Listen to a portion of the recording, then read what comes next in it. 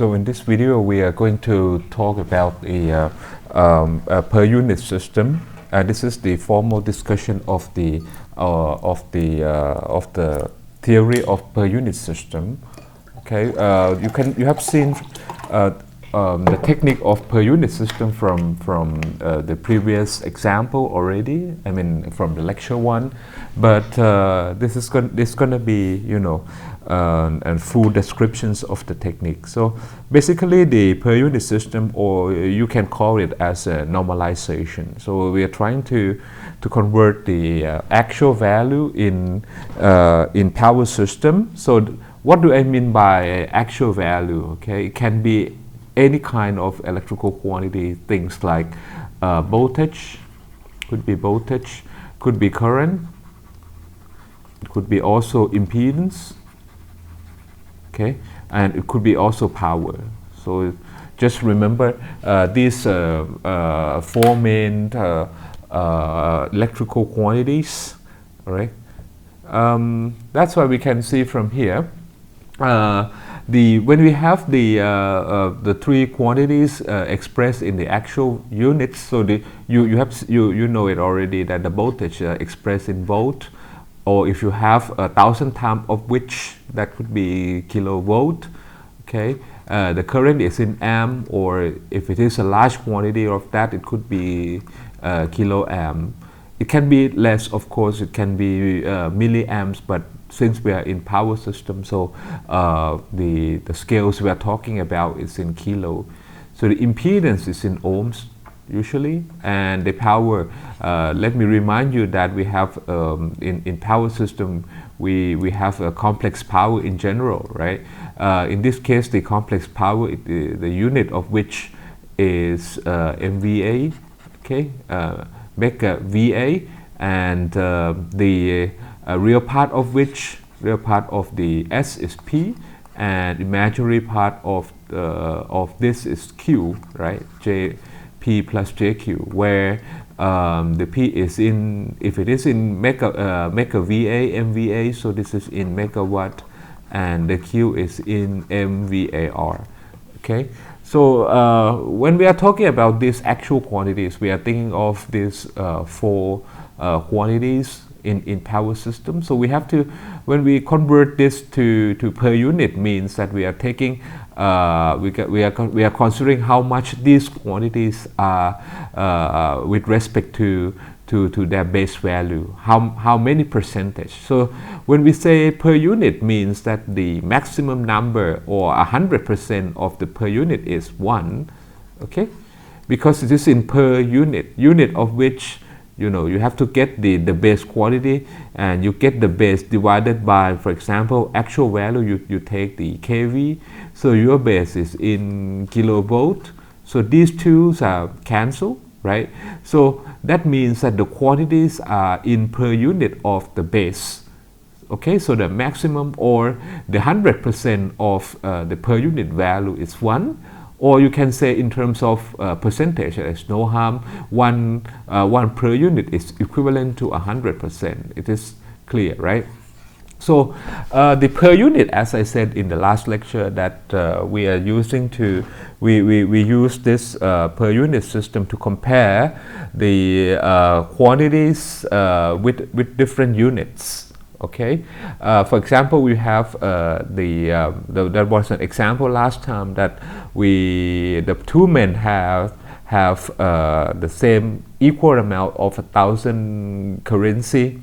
Okay, 1,000 baht, or the other person has 1,000 US dollars. So we want to compare how much money, which guy has the greater money. Okay, so we have seen that you could also transfer, you could convert the baht, right, to US dollars, and you could compare the baht with the dollar. That is clear, right? There's you convert this into another currency, and you would say that the 1,000 baht, okay, it's 1/3, right, less than the 130 1 into 30 because 1 baht is what it is. $1 is 1 baht, right? So you could compare, simply when you say in terms of how much percent is greater than the other one. That was discussed last time. Okay, the base quantities that we are going to talk in this lecture, you can see from here, the quantity we are talking about, it's voltage. We talk about the apparent or complex power in general, right? We are talking about the current and impedance. So I would just, in this video, I would just talk about this half of this table first, okay? So when we have these three quantities in this case, right? When we say the base quantities, so remember that the concept that you have to take note first is that the base quantities are always, okay? The base quantity always in real. Real in this case is real number, okay? There is no imaginary part for that. So you can see that when we say about the voltage, so this is we usually the voltage and the current and the impedance are all these four quantities are in complex numbers, right? So the voltage you could normally, you express this in terms of the polar form. You get the magnitude and the phase angle. Okay, so that's the current. You have the magnitude, you have the phase angle, where the impedance you have the real part and imaginary part. Okay, real part and imaginary part, for example here R plus jx, so you know that the R is resistance and the x is the impedance. Okay, keeping this in mind that the base quantities are all in real, right? That means that when we convert this impedance from the original unit of ohms to per unit means that this is a unitless. You don't have any unit for that, okay? Because you are talking about percentage, right? How great or how small, how greater or how smaller than the base quantities, okay? So when we get this impedance or the actual value, for example R plus jx in ohms, and you want to get in per unit, you have to divide, right? You have to get the base in real quantity. So that the denominator here must be real, meaning that there is no imaginary part of this, okay? So that when you get the ratio of this, so you still preserve the complex number, okay? For example, you have R plus jx, you have 1 plus j2. You want to say how much percentage it is with respect to the base. For example, if I put the base as 2, okay, so it must be like this. So you can say that this is 1/2, right? This is a half plus j1 in terms of the per unit, okay? If you this is a very important concept. You have to remember that the base quantities are always in real. Similarly, when you talk about the complex power here, okay, when the load is given as, for example, the load is given as 10 plus j5 MVA, for example, right? You want to convert this into per unit, okay? The idea of this is that you have to divide by the real. You have to get the percentage with respect to the real number, because what when you convert this to per unit, you still need to preserve the structure of this. You still need to preserve the characteristic of complex number. Okay, so 10 plus j5, and you have to get the ratio of this. Probably you get with respect to 100 MVA as a base. So when you convert this to per unit, this would become 0.1 plus j 0.05 pu. Okay, this is the per unit quantity. So this is a concept. Okay, please follow me. The concept is that when you want to compute the you change the quantities to per unit, you need to know the two quantities, okay, as a base. Okay, you need to know two base, namely you need to know the voltage and you need to know the S base as marked here as selected. Okay, so these two quantity must be known in any problem, right? Okay, these two must be known. Okay, must be known or must be given. Okay, they must be given. So knowing these two base quantities, you can derive for the rest two base quantities, namely IB and ZB. Okay, you know the V, you know the S, you can compute I and you can compute the Z. So you can see that the when you say in terms of the single phase, okay, everybody knows that when we choose the S base in this case, if it is a real number, then it is called apparent power. Okay, in here it is called apparent power, right? So in this case, this is apparent power, just the magnitude of which, right? If it is a single phase, then the relationship of this is that the S base S is equal to V times I. So knowing these two, S and B, so you could compute the I, this is at S divided by B, and the impedance is what? Impedance is divided by the ratio between the voltage and the current. So the Z is V divided by I, so it is a V square divided by SB. Okay, knowing these quantities, so you could change the four electrical quantities into the percentage. Okay, now you could we were going to discuss about what are the merits or advantage of using per unit system. Okay, this is a highlight of the per unit. Okay, why should we consider the per unit system? Okay, the idea is very simple. Okay, you have learned from transformer lecture and also from the electric machine that the transformer is an equipment that used to change the voltage level. So in this case, we put the current through one end of this. So the terminal 1, okay, you feed in the current. So this side we call primary side, okay, because this is the taking the energy from the source, right, and you convert the voltage. You change the level of the voltage. So the current is flowing out of this terminal 2. So the terminal 2 becomes a secondary side. Okay.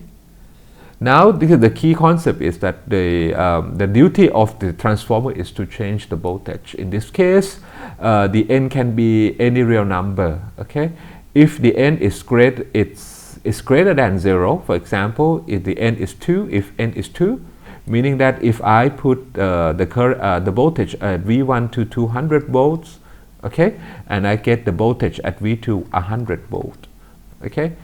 This is the duty of the transformer. You have seen this since you have seen this many times, I would say. So this case n is greater than 1, but let's discuss about what happened if the n is a half. Okay, n is a half, meaning that this is 50% less than the secondary side, meaning that we step up the voltage. For example, here, okay, this is this is 0.5.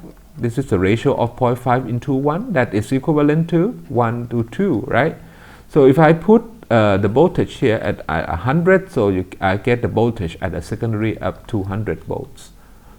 Okay, so the n here can be it can be a real number. It can be also it can be a complex number. So in that case, if n is a complex number, you're gonna change the phase angle of the two sides of the transformer. So n could be any number. I would say it can be either real, it can be a complex number. Okay, it can be greater than 1 or less than 1, depending upon which function we are talking about. Okay, so you know from the lecture that the relationship of the ideal transformer is that the ratio, okay, between V1 and V2, you might know this one. V1 over V2 is n, and I1 divided by I2 divided by I1 is n. I2 divided by I1 is n. Okay, where n here is called turn ratio, right?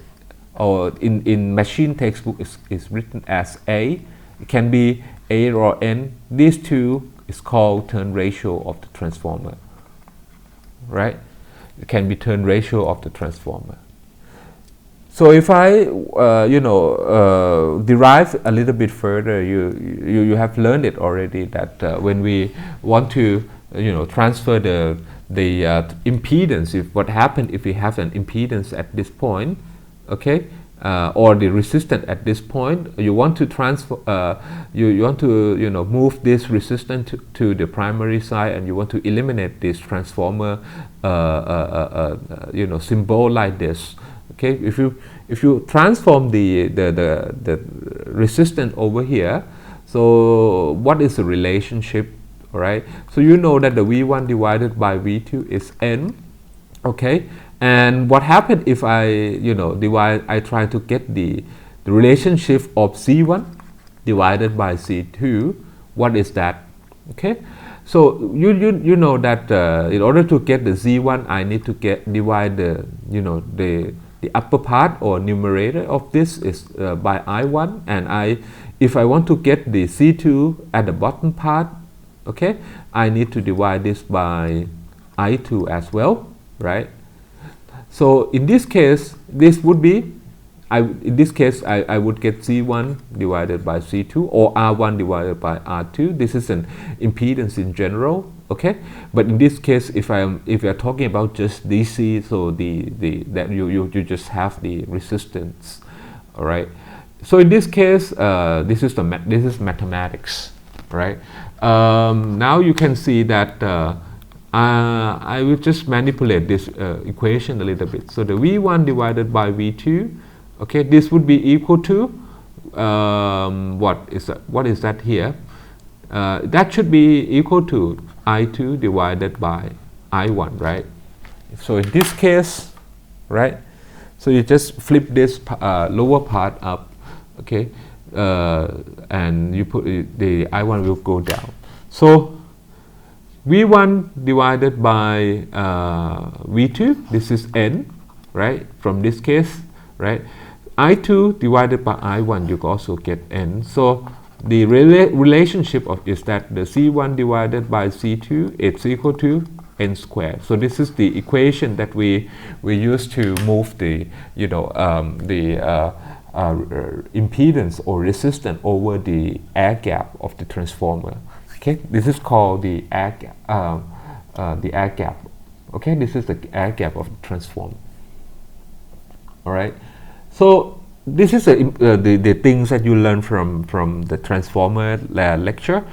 So if I want to change the relationship, I want to see what's the relationship in terms of per unit. All right. So you can see that if I choose the base quantity, for example, you have discussed it already. In order to get the per unit, you need the base. Okay. So the base quantity of the two sides of the transformer will also follow the relationship of the ideal transformer. Okay, this would follow this relationship.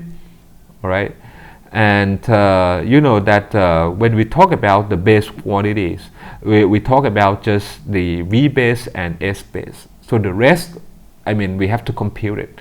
Okay, so for in this case, if I want to get the I base, so you have to compute from S base and V base. This is the concept. Okay, So knowing these two, we must know these two in order to get this guy here, right? So what is relationship of the I base from the two sides? So this equation is clear, right? If you specify the voltage base from one end, you know the voltage on the other side of the transformer. This follows the turn ratio relationship, okay? And similarly, you know, if you have this I2 is equal to n times I1, so the I base 1, so I have to write here S base divided by V base, okay? This is an I base 1, okay? So I have to put another highlight here, okay? In last slide we have put the highlight that these two quantity must be known, right? So the base quantity must be real, okay? So you have to put another highlight. This is a precaution, all right? You can see that in this case, when we choose the S base or the power base, in this case the power base is the same for any size of the transformer. So we put another a precaution that when we use the per unit system to handle, you know, a power circuit, right? We use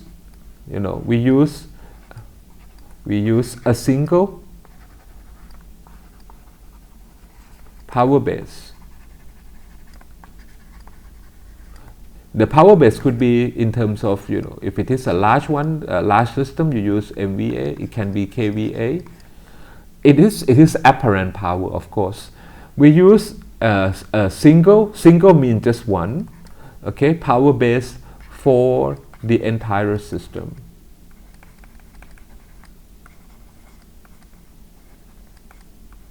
So by having this in mind, you know, you want to compare, right? How big it is. So the base quantity, you can see from the logic, because the base is a product of V and I, okay, and V and I you can also, you know, transfer into Z, okay. When you want to compare a certain things in a network, okay, in the power system, you have different voltage levels. This is what you know it already, right?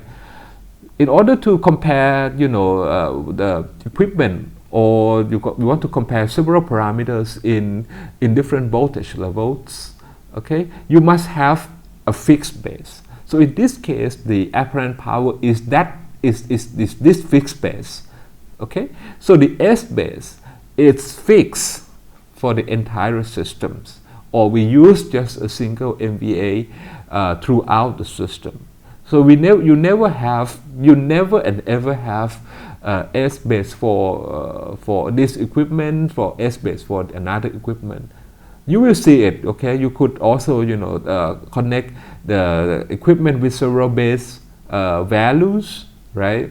But when you compute, when you convert the parameter into the per unit system, you need to get just a single S base. Okay, so now you can see this is a relationship, all right. So we put the V base, the relationship of a V base, into this equation. You put these two boxes of the equation into the original relationship, and you turn this into the per unit. Okay, if I put I mean this equation A divided by the equation B, A divided by B, you get this guy here, V2 divided by V base 2, okay. On the right side, you know, you get V1 divided by what, V base 1, right? So you can see, you just divide these two equations. It's clear, right? Once you have this, you can see that this is the equation, right? You divide this by the V base 2. Okay, you divide this by two sides of the equation, right? So now you can see n times V base 2 is V base 1, Okay, so this is the highlight of this slide. Now you can see when you have this division of this. Whenever you compute this V2 divided by V base 2, this is V2 in per unit. I will write like this. Okay, so the V can be in this case, you know, it's written like this. So the V is in just the magnitude, right? But the V itself can be phasor. So in general case, the V here is in phase in phasor quantity. Okay, so this V divided by V base. All right. So this is a voltage V2 in per unit. Okay. Look at this equation here. V1 divided by V base 1. So we get the voltage divided by the base. Okay. The base itself. So this is the per unit quantity. So this is the V1 in per unit. Okay. V1 in per unit. All right. So you do the same thing with this equation. For example, this is, if I know that this is equation C, this is equation D. So this is the first equation is A divided by B. Okay, and this is the C divided by D. Okay, you get C divided by D. When you have C divided by D, okay, you check this yourself. You get this one, I2 divided by I base of equipment 2 on the primary side, secondary side. So this is what? This is I2 in per unit, right? Similarly, in this case, after the mathematics, okay, you get I1 divided by the base of the primary side. Okay, so this is an I1 in PU. Now this is the very big steps in power system calculation. If you manage to understand this slides, okay, you appreciate why you do this per unit system, and you will not get confused with any kinds of calculation. I will give you two examples. All right, and these two examples is not so complicated one. I would say that it is a very simple one. Okay, and this example will be explained to you in very clear form, so that you have gained all the understandings of the benefits of the per unit and how I do all the calculations. All right, the calculation behind after this, okay, you will not find in any textbooks. I would say the approach or the way that I will show to you, okay, it's not written in the textbook, but I will try to speak to you. I will try to explain to you verbally, so that you can follow it. Okay, I know that this is one of the very difficult part. I would say this is one of the most difficult part of this subject. Okay, but it's very useful. If you manage to know this, I think your future in power system will be brighter. Okay, now you can see that in this case, the equation after the all this deduction or all the mathematical steps, you would see that the conclusion of this equation is that you get V2 in per unit is equal to V1 in per unit, and I2 is equal to I1 in per unit system. What does it mean by this? What is an implication? The big implication of these two equations is that, okay, the roles of the transformers are eliminated in per unit calculation. Why can I say so? Because the transformer, right, is the role of the transformer is to step up or step down the voltage levels, right? So in this case, the voltage, if it is expressed in terms of the per unit, it's equal.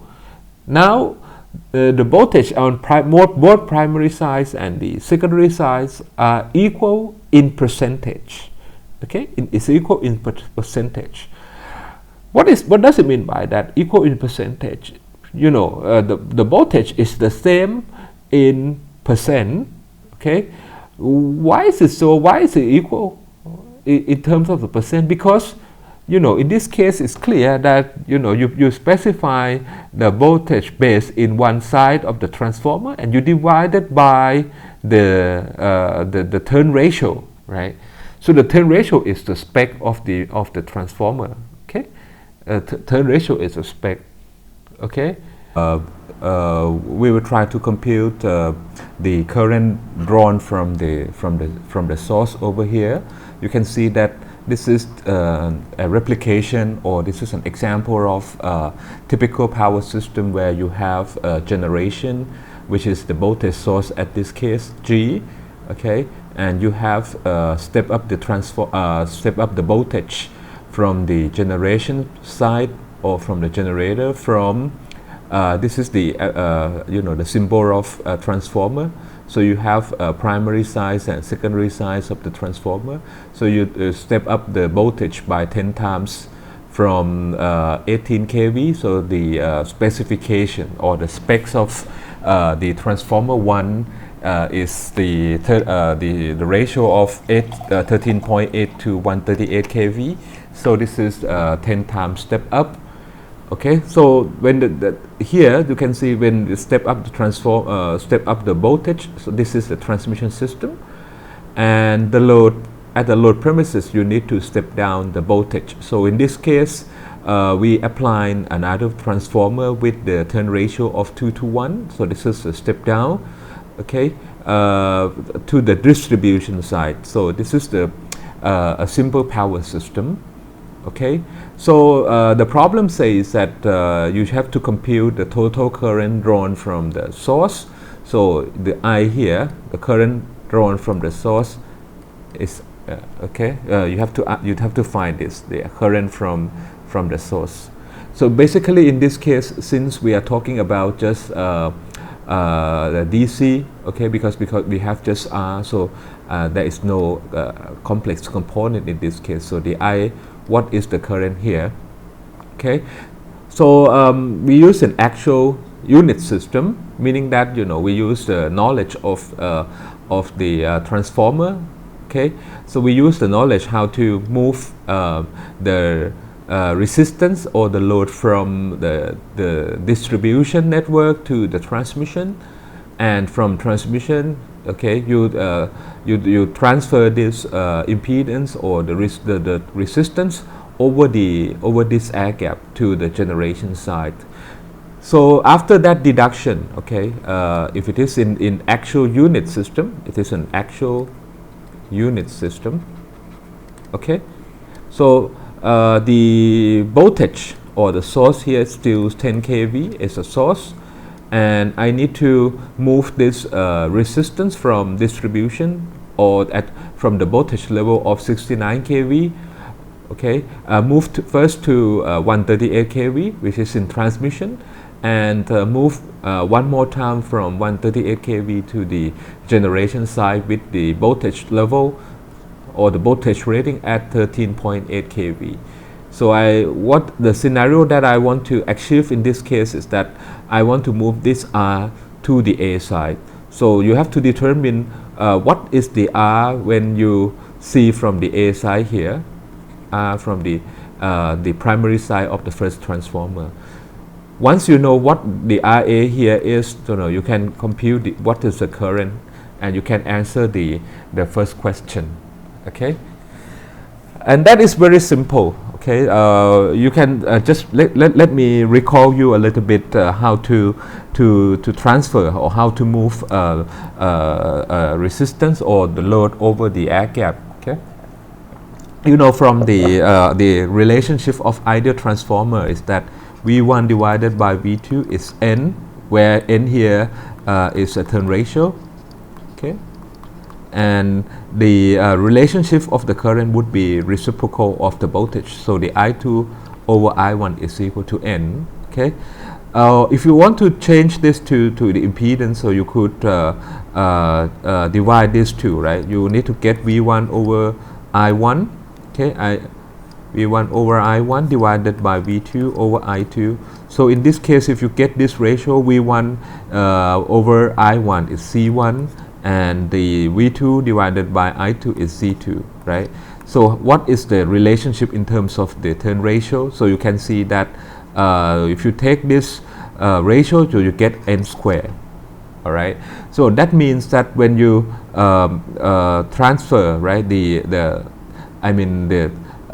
impedance from one end to the other end, the other turn ratio, the primary side is n squared times greater than the secondary side. So now in this case, okay, the n means that the n here is 2, right? N is 2. So now you remember what if it is 1 to 10 means n is 110. All right, n is 110. Now you can move the R 100 ohm to the B side. All right, so the C1 is what, or the RB in this case, I would say this is an R, the same load when you see from the B side. Okay, A, B, C, you know the A, B, C would stands for the zone with different voltage level. So you could mark this in C, B, and A. Okay, that this means that in this zone C, the voltage level is 69 kV. Okay, and the B here, the voltage level is 138 kV, where the A here is the voltage level is 13.8 kV, right? So in this case, the RB would be what? Would be C1, right? C1 is RB. RB is equal to n squared times the C2, which is RC in this case. So this should be 4, right? Or 2 square. I will write 2 square times 100, which is 400 ohms. Okay, RB here is 400 ohms. Right. Now, since we want to move this the load to the A side, so what we need to see is the RA. Similarly, you could do the same calculation. Okay. In this case, the RA is what? It is n squared times RB, right? Because the RA is a primary side. So, but in this case, the n is 110. Okay, so this would become 1 over 100, okay, times RB, which is 400. So RA is 4 ohm. Okay, so RA is 4 ohms. Now you could see, you apply the voltage of 10 kV to the RA of 4 ohms. What is the current? So you could find from this circuit. Okay, you could see, you could determine easily from this circuit. So the I here would be 10 kV, okay, divided by 4 ohms. Okay, now what is this case here? Okay, you could see that this is 2.5. 10 divided by 4 is 2.5 kilovolt divided by ohm. So you could see volts by ohm is amp. So this is kilo amp. Okay, so let me say it again that when you compute in power system, you need to write the unit. Okay, you always need to write the unit, because otherwise you would get a wrong answer. Okay, because in this case it's 2500 amp, right? Now the current is here. This is the answer, right? This is the answer. Now I want to do this again with the per unit calculation. Okay, so in this case, if it is in per unit calculation, how would you start this one? So you know that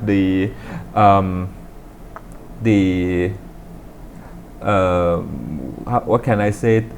We will try to determine, okay, the per unit resistance. This resistance in each of the zone. We have the zone A, zone B, and zone C with different voltage level. What I will show you just now is that I will try to compute the resistance in zone A, zone B, and zone C. Okay, in this case you see that the resistance in zone A, zone B and zone C have different values. Okay, it takes different values. As you see from here that the R here is 100. When you move over the air gap to RB, you get 400 ohms, and the RC you get, in this case it is 4 ohms, right? So what I will do here is that I will, you see, trying to compute this resistance in per unit for each of for each of the zone, and we will trying to see this one.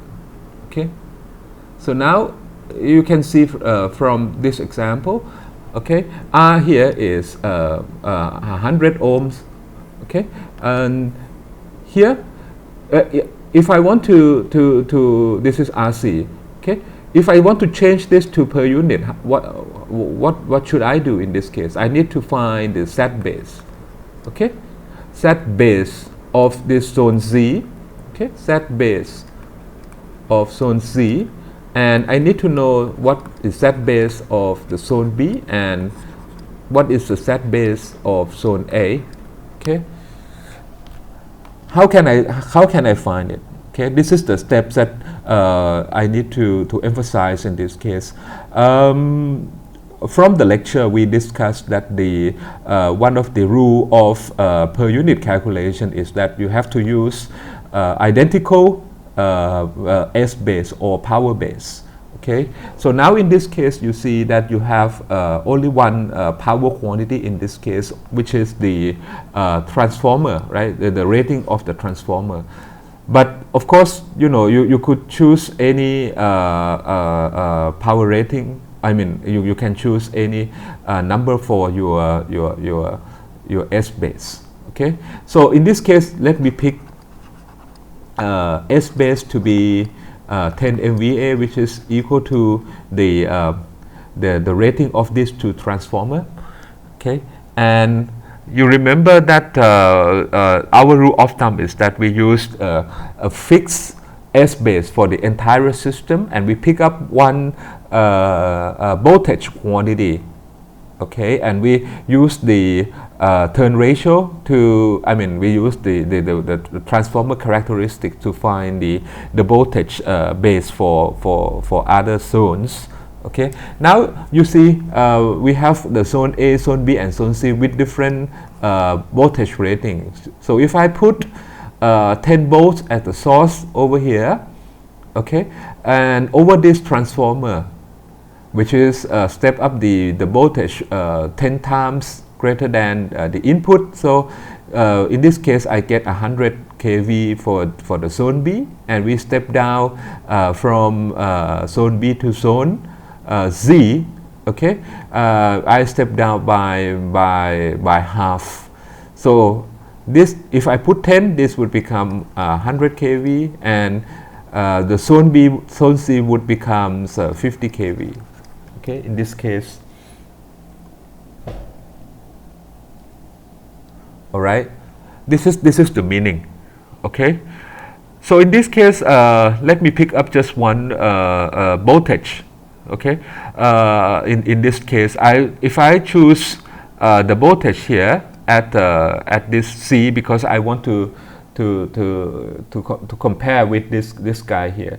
So if I take the voltage base at Z as our base, okay, if I pick the 69 kV as the base, as V base, all right, in this case 69 kV at the V base, all right.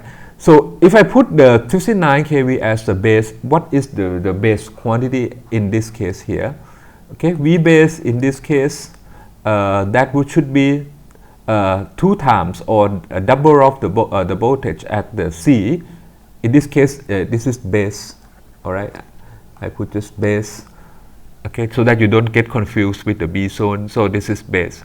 69 multiplied by 2. This is 138 kV. Okay, and what is the voltage base in this case here in the zone A here? If this is 138, this must be 10 times less than this guy here. So this is 13.8 kV. Okay, 13.8 kV. So now you can see that we have the base for each of the zones. So if I put the V base here at 69 kV, all right. Now knowing these two quantities, I mean S base you know and the V base you know, you could compute Z base for zone A, B and C. Okay, what's the relationship? You still remember? Z base is equal to V base square divided by S base. Okay, so what is an Z base in this case? The Z base here, it is what? It is V base square 69 kV square divided by the S base, which is in this case this is 10 MVA. So please write the unit all the way through, because you see in this case kV square would become mega million, or you cancel just with the million down here. Okay, so if you check the value, this is 0.1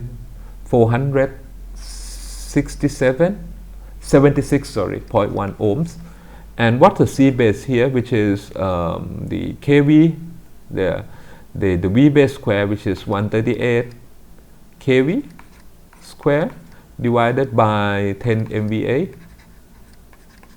All right, 138 square divided by 10, it is 1904.4 ohms. And in this case, the C base of the zone A should be 13.8 kV square divided by 10 MVA. So in this case, you get 19.044 ohms. All right.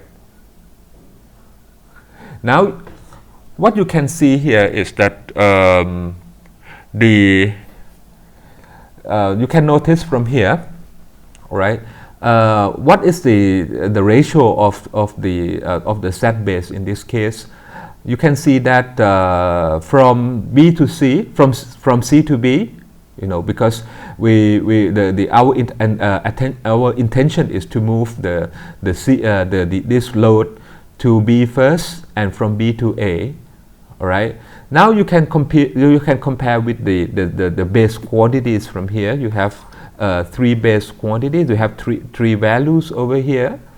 You can check that 476.1. If you multiply by 4, you get 1904.4, right? Okay, this is four times greater. All right.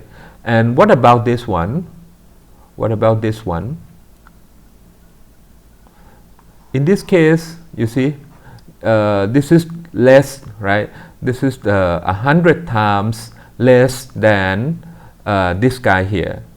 Okay, 100 times less than this guy here. So from B to C, this is 100 times less. Okay, so this is increased by 4 times. This is decreased by 100 times. Okay, decreased by 100 times. This is increased by 4 times. Increase 4 times. Okay. So if you compare with the results of the actual value, okay, you see the actual value over here. You have RB, which is 4 times greater than RC, and RA is 100 times less than the RB. So what, I mean, without calculating any, I mean the per unit quantity, you should be able to conclude that the per unit quantities, I mean the per unit resistance should be the same for each of this zone. Okay, if you don't trust me, you just change all this to per unit quantities. How would you change this to per unit? Okay, the per unit value is that this is 100 divided by 476.1. Okay, so the per unit here, you remember the actual value in this case is 400. So this becomes 400 divided by 1904.4.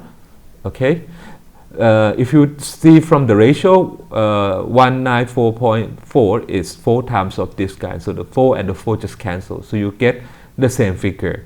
Okay, and the last one, in this case you get 100 times less, so you get 4 divided by 19.044, right? So you see that all these three ratios are identical. Okay, that is 0.21 per unit. Okay, so this is the benefit of using per unit quantity. So it means that if you could compute the resistance over here in per unit, okay, the resistance would be the same for all the voltage zones. Okay, because you have normalized by the same ratio, you normalize this to the same base. All right. So if you use this in your calculation, all right, you would get this one. Okay, you could use this as your calculation for the current. So the current here would be your load is 0.21 per unit. So you need to get the I in per unit, and the voltage also you need to put this in. You need to compute this in per unit. What is in the V here in per unit? Okay. So the idea of this is that once you compute the per unit quantity, meaning that your circuit parameter becomes the ratio of the base. So all other quantities in the circuit must be in per unit as well. Otherwise, there is no meaning, right? You multiply V is equal to I times R in this case. So if R is unitless, or it is in per unit, right? The V must be in per unit as well. Is it clear? So you have to convert this 10 kV to the per unit quantity. How would you do this one? Okay, so let me go back to this slide, so you can see that if your V base was chosen from this 19 kV from zone C, okay, that would be equivalent to the V base in zone B, 138 kV, and the V base in zone A is 13.8 kV.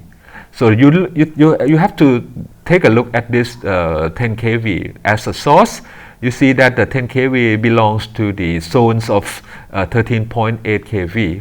Okay, if you want to get the ratio of anything, right, the quantity must be in the same zone. So you have to get the corresponding ratio. Okay, you have to compare with the same with the people inside the same zone. Okay, just like when you want to compare yourself whether you are rich or not.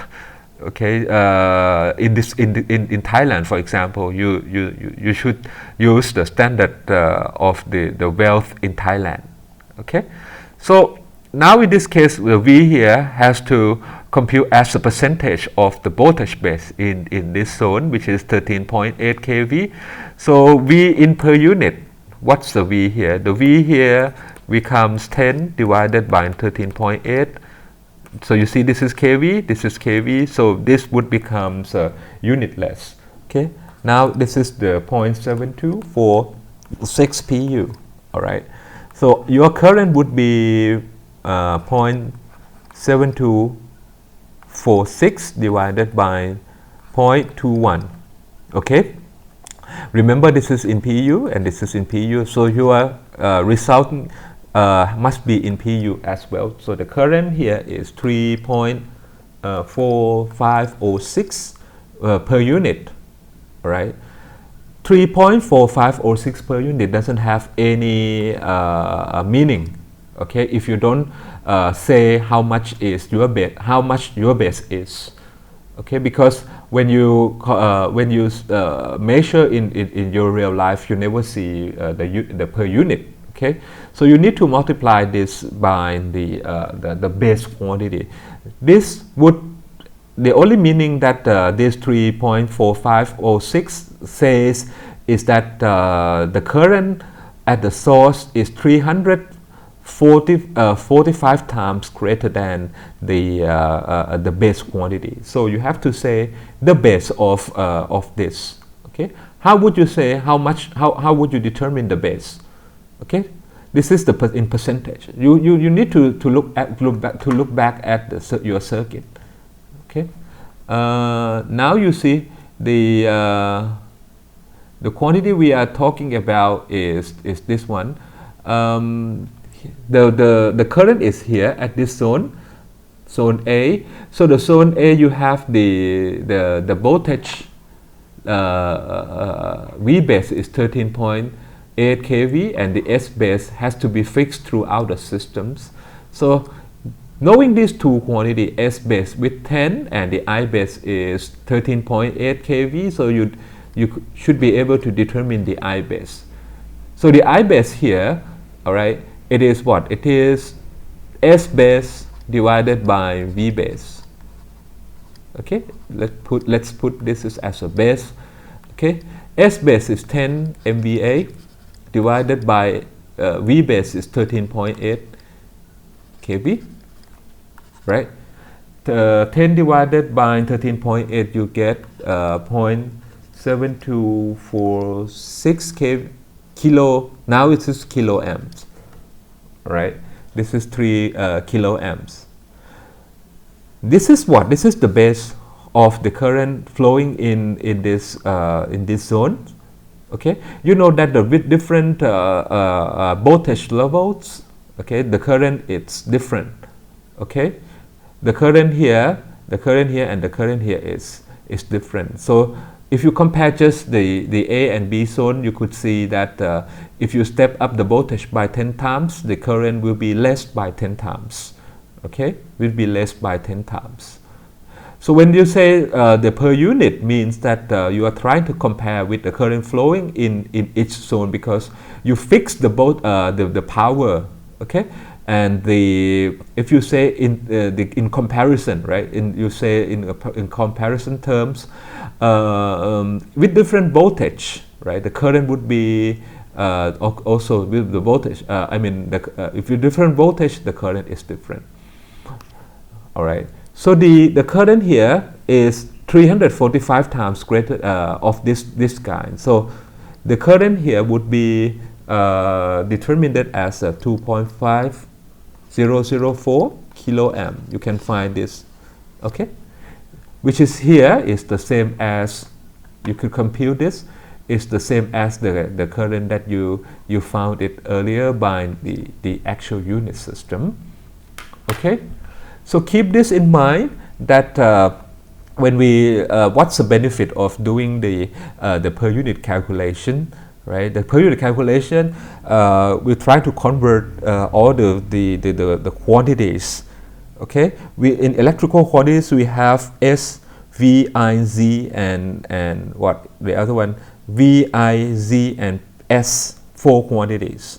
Okay. If you have different voltage levels, in this case we have 3 voltage levels, A, B, and C. You know that in the power system, those 4 electrical quantities in each of the voltage zones or the voltage levels will take the different values. Okay, the per unit system is the system in which we try to convert everything. Convert all the 4 electrical quantities into percentage. All right. By doing so, okay, those 4 electrical quantities will take the same value. Will have the same values. If you express this in terms of per unit, the number, the figure will be the same throughout the systems. Okay. There is no magic. Okay, there is no magic behind this. We just multiply by the different base. This is all, right? So remember the steps. If you don't understand when we do the following examples, I would suggest that you should come back and see the rationale behind the the per unit calculation in this case. So thank you and see you in next video clip. So let us do the example. This is from example 3.4 in Glover and Sama books, from our textbooks in the course 3.4. Okay. This is on 3-zone single phase network. Of course, later on the other we will discuss about a 3-phase network as well. So this is a little bit I mean, it is a more realistic situation that you will see in power systems. Okay, so the problem remains quite unchanged from the previous example. Remember, we have the 2 transformer, but that problem is very simplistic, where you have just an ideal voltage source of 10 kV, and you have 2 transformer without any leakage reactance. Okay, we will say about that in the lecture, leakage reactance. Okay, you can see that, you know, this is the more realistic, because we have voltage source, we have 2 transformers. The transformer has the reactance, we call in transformer term, it's called leakage reactance. Okay, I will come to that in the lecture. All right, and we have the parameter of the line, X line equal to 2 ohms, and we have the load as an impedance. We have both real part and imaginary part, 0.9 plus j 0.2 ohms. Okay, and we have the 3 zones are connected by transformer T1 and T2. So what do we mean by zone is that the zones are the area which has a different voltage level. So if in the textbook, if you see the term zone, means that this is an area with different voltage level. Okay, when we say zones in this kind of problem, it means the voltage, the area in which we have different voltage levels. So the zones are connected by transformer T1 and T2, whose ratings are also shown using the base of 30 kV. So you need to take your highlighter, and you highlight over here 30 kVA as a base. So remember that I mean, our rule is that the S base is fixed throughout the system, and the voltage of 240 volts in zone 1 as a base. Okay, you have to memorize this a little bit, because if you don't have this concept in mind, you will get lost during the calculation. Okay, so the 30 kV is fixed for all the voltage zones. The 240 is chosen in zone 1. Okay, what about zone 2 and zone 3? The voltage base for zone 2 and zone 3 can be determined from the characteristic of the transformer. Okay, now we will do that, we will come to that. Okay, so the problem says that draw the per unit circuit. So the term circuit, all right, this is the diagram. The picture shown in the problem is a diagram, but if you say the term circuit, the circuit means that it is a closed path. All right, starting from the source and coming back to the same position. This is called circuit. Now you see it's still not a circuit yet, because there is no closed path for this diagram. Okay, so when you learn this topic, you should be able to draw the equivalent circuit. Okay, where the parameters are marked in per unit. So that is called per unit circuit, and determine the per unit impedances. So you convert. The problem asks you to convert all the impedances into per unit. The per unit source voltage, so the source voltage must be in per unit, and then calculate the load current both in per unit and amperes. the load current is here, so you mark this is the load current, I load. Okay, so the load current must be computed in both per unit and ampere. Okay, so but we have the knowledge, we have the great knowledge that when you compute the per unit, right? When you do the per unit, there is no need to have a transformer anymore, because the quantities, all the electrical quantities shares the same figures, right? When you draw the per unit circuit, you don't have per unit circuit, you don't have any transformer, so there is no transformer involved in this case. All right, there is no transformer involved in this case. So it's easy, now you say that with this knowledge, okay, you have to know the knowledge. Okay, my principle in teaching this course, as I always tell you, that the course itself is not easy. All right, it is a mix of all the knowledges in electrical engineering. So the class itself is not that easy. All right, and especially when you are new to electrical engineering, I think this is one of the most difficult chapters in your curriculum. Okay. Then you calculate the load current both in per unit and amperes. You know that when you draw everything in per unit circuit, the I load here, for example, you compute as an X per unit. Okay. And the line current here, this is an I line, because this is a line, the current flowing through the line. Okay, and this is an I source. Okay, so if you compute this in per unit, okay, there is no need for the transformer. We discussed in previous example already that with different transformers, right? When you have transformer, you have different levels of the voltage, and the line currents also different. The level of current is also different, right? But if you do in per unit, since you can draw in circuit, so if you draw in terms of circuit, it is easy.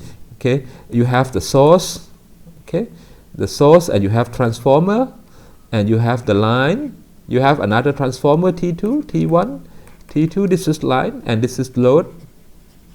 Okay, now, and you calculate the current. Okay, now you see that the current here is a series circuit, right? If you draw in this way, you see this is a series circuit. If you can express T1 line and load in per unit, right, you can say that I source, I line, I load equal to X per unit all the way through. Okay, this is X per unit, X per unit, X per unit.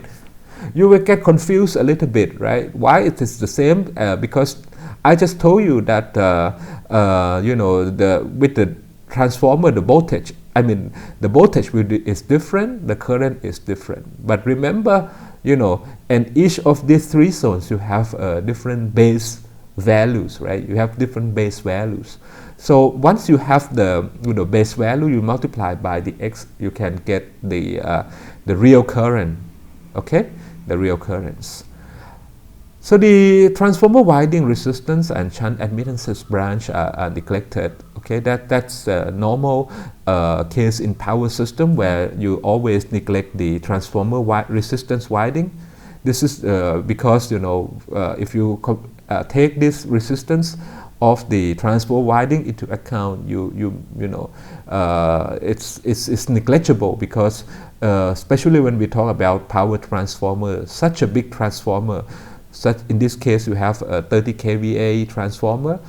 Okay, if you have loss in your transformer when compared to the amount of the power that this transformer carries, right? If there is a loss at this big transformer, and the loss is taken into account, meaning that the loss is too much. Okay, the loss is simply too much. All right.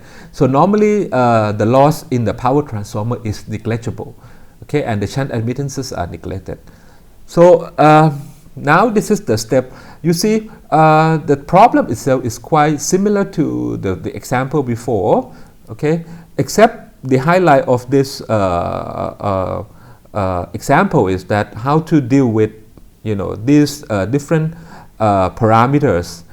In the previous example, you were given just the R at the load, and you're trying to, you know, convert this R and, you know, of this load and connect to the source without having the intermediate. I would say this is an intermediate parameters or intermediate elements.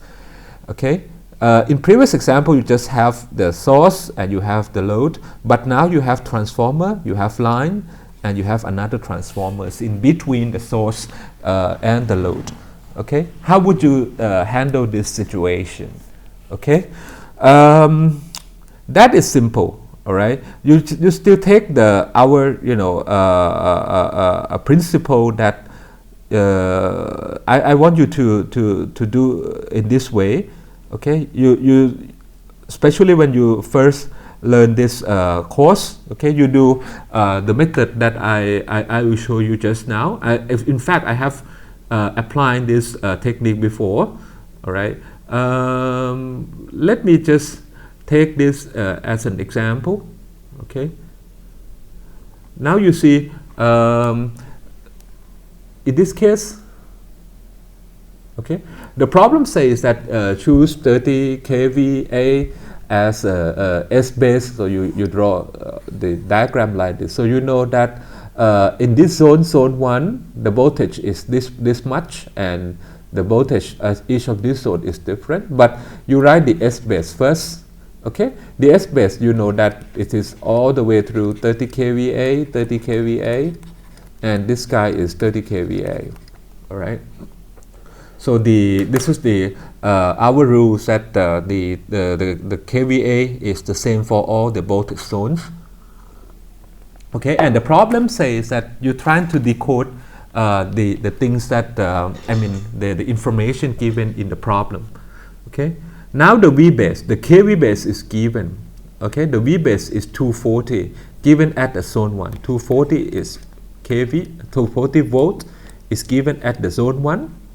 What about the voltage base at zone 2 and zone 3? You can compute it, you know, by using the transformer turn ratio. The V base, okay, this is fixed throughout the system, fixed throughout the system. It's okay. So the idea of computing this line is that we use the given quantity, okay, the given voltage base at a particular zone, or at the given zone, the voltage given voltage base given at the given zone. Okay, and we use then applying transformer. This is transformer turn ratio. Okay, this is the idea, right? Then if I put 240 at this case, the voltage at zone 2 is 480. Okay, from this turn ratio. From this turn ratio, okay, the transformer rating here is 460 divided by over what? 115. 460 over 115 is what? It is 4 times less, right? 4 times less. So if this is 480, and if we step down by 4 times less, this is 120 volt. Okay, this is 120 volts. Now you can compute, you know, these two quantities. So these two quantities are known, must be known, right? Then you can compute Z base, you can compute I base. Okay, you do in this way. Okay, so you don't get lost. Okay, the C base here is what? It is V base 240 square, right, divided by 30 kVA, which is 30,000. Okay, 30,000. In this case, this is 480 square divided by 30,000. I put this because you don't get confused with this is volt square, this is the in terms of VA, so you get the Z base in ohms, right?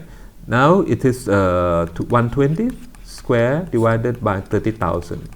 This is in ohm as well. This is a Z base. What about I base? Now the I base in here, it's a single phase, so S base is equal to V base times I base. And the things that you have to know is that the S base, the power base we are talking about here is is an apparent power. Okay, so there is no complex number at all. There's no complex number. So the I base here would be 30 kVA. If you prefer, you can write this way: 30 kVA divided by 240. But in this case, your result is in kiloamp. Okay, this is 30 divided by 480. This is kiloamp, and similarly 30 divided by 120. This is in kiloamps. All right. So this is the base, the Z base, I base that you can compute from this problem. Okay. Now, if you want to, the problem says that you need to draw the circuit. The circuit is already drawn in this case. The circuit is drawn here. Okay, and let me draw it this one more time. Okay, the circuit we are talking about here is something like this. Okay, so this is the voltage V. Now this is the XT1. This is the transformer T1. And this is the line. This is a reactance, so this must be in imaginary part. Okay, JXT1, and this is the JX line, and this is the JXT2, right? And lastly, it is the this is XT2. Okay, and the last one is the Z load. Okay, the Z load. So everything must be in per unit. All right. So what about XT1? XT1 is a transformer with the XEQ. Okay. The transformer is written like this. So now it comes to the interpretation of this. Okay. Interpretation of this. Okay. This is another important point. Okay, I will explain this to you in detail just now. Okay, what's the meaning of the specs of this transformer? Okay, if you understand this meaning of this, I think it has no a problem to write the circuit for something like this. Okay. The specs is given normally when we say about an electrical equipment, right? We have to tell the two specs the three specs like this. Okay, we have to give the S base. This is the power rating of the transformer. Okay, how much power this transformer could carry. You have to specify the voltage. From one end to from primary, secondary in this case. Okay, in this case you see the voltage at the source is 220 and 240 is at the primary side and 480 is on the secondary side. So what about the meaning of this? XEQ is equal to 0.1 per unit. Okay, now you have to decode this information a little bit. XEQ is equal to 0.1 per unit or 10% of a certain base. So the base, what is the base in this case? Okay, what is the base of this case? The base here would mean that because the problem says, the spec gives you the S base and the V base, right? So knowing these two quantities, you should be able to find the Z base, okay, or the base, the difference of this transformer. Okay, so this is the way that we specify, okay, the This is the specification of equipment of transformer in this case. Okay. First, you need to find the Z base in this case. The Z base of this transformer is what? It is, if normally, you know, the transformer, the equivalent circuit, if you learn from the machine class, this is the primary side, this is the secondary side. Okay. Okay. This is RL, right? For the transformer, from the power transformer, this is usually neglected because, you know, the active power loss is less in this case. Okay, this is the copper loss, eddy current loss, and core loss. So in this case, this is eddy current plus core losses. This one you learned it from machine already, right? Eddy current and core losses. And for the large transformer, this is also neglected. All right. So when we say a huge transformer, therefore we normally say we normally represent a power transformer by using the impedance only. So now you just left with the impedance on primary sides and the impedance on the secondary sides. You have learned from you know, last lecture, last example, that you could move this impedance through this size of the transformer. All right, using the, you know, n square ratio, right? The ratio of which C1 divided by C2 is n square, right? Now you could move this to this side. So typically when you represent the transformer, you can you know, in power transformer you can represent a big transformer by using you know, a single impedance. So in this case, it is called leakage impedance. Okay, this is called leakage impedance. All right. In this case, the quantity that is given is here. This is XEQ, which is 10% of the base.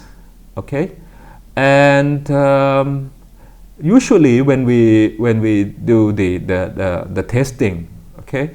We're trying to apply the open circuit and the short circuit test, right? This one you have learned it already. How do we find the short circuit and open circuit, and what are the results of those two tests? All right, and when we determine this, okay, the leakage impedance. Okay, the leakage impedance is usually referred to the primary size of the transformer. Okay, but there is no harm, you see. You can say that the leakage impedance is on the secondary size. That's no harm, because, you know, you just multiply, later you multiply by the corresponding base. If you compute the base quantity, Z base, based on the voltage on the primary sides, that means that your impedance is on the primary sides. Okay, but if you also assume that this transformer, this impedance or this reactances refer to the secondary sides, there is no harm as well. You just multiply the C base by the corresponding secondary voltage. Okay, so but for my calculation, okay, I normally assume that if I see the transformer, I normally assume that the XEQ, which is this leakage impedance, is always on the primary sides. So if I see the transformer, normally I will write something like this to indicate that the leakage reactance of the transformer is on the primary sides of these two transformers, so that when I compute the Z base, I will take the corresponding voltage in this case. Right? So this video, it's I would take some time. You know, if you get bored during this explanation, you could pause, you know, and refresh yourself, and you come back. You know, but the thing is that you can get exhausted, you can get bored, but don't give up. All right, don't give up. Okay. The Z base in this case, okay, can be defined by what? It is the V base. In this case, we're talking about 240 volts square, right? Divided by the 30 kVA, 30 kVA. This is the base quantity, all right. The 30 kVA, or in this case, it is 30,000 VA. This is in ohms, right? What is the actual leakage reactance? Now here I should put reactance, because otherwise you will get confused with that. This is the leakage reactance, because it is just imaginary part, or the X, right? This is in what? This is the Z base in ohms, but the actual X is just 10% of the base, which is 10% of this guy. So the X of the transformer T1, okay, that is to be 0.1, which is 10% of the base, which is 240 square divided by 30,000. This is in ohms. Okay, this is an actual reactance of the transformer 1. Okay, this is the step.